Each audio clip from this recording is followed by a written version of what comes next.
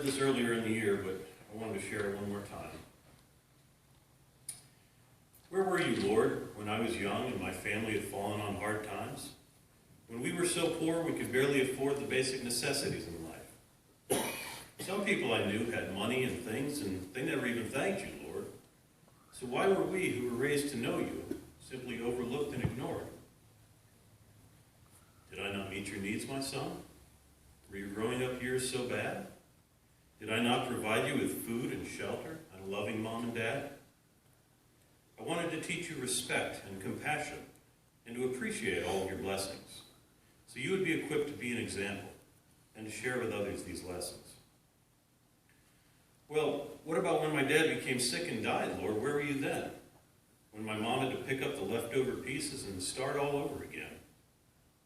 You must have heard all the times I prayed and asked you to spare my father. Did you have something better to do and just could not be bothered? My son, I know you don't understand, but it was his time to be with me. And for every single tear you cried, you can be sure that I cried 3. And though it was hard, the lesson you learned, even as you grew and got older, was whenever the pain gets too much to bear, I've always got a sympathetic shoulder. I guess I see your point here, Lord, but what about all the rest? Sometimes I think about my life and it all seems such a mess. I'm still plugging away in a dead-end job and I'm not getting any younger. Is life going to get any easier for me? I just can't help but wonder. Look at the ones who seem to have it all. Not many are from my flock. It takes a special kind of person to undertake this particular walk. When you think you have it too hard, my son, just think of Job or maybe Paul. Men who face tougher trials than most and receive the greatest blessings of all. All right, Lord, so I don't have it all that bad, but what about when I sin? When my thoughts and my heart are far from you? You can't stand beside me then.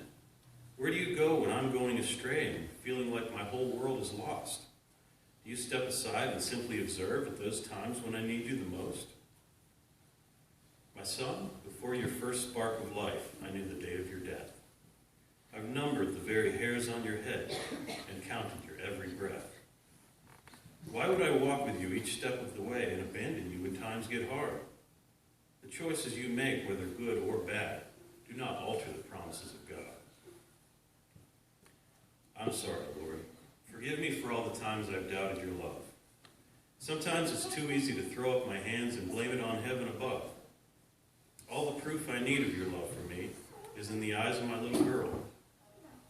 I can honestly say she's the greatest blessing you could have given me in this world. She is my gift to you because I knew she would be nurtured and adored. So raise her to know the truth of my word and to seek the face of the Lord. But your blessings, my son, don't end with Camille. I have many more yet to impart. So trust I am with you each and every day and keep my promises close to you.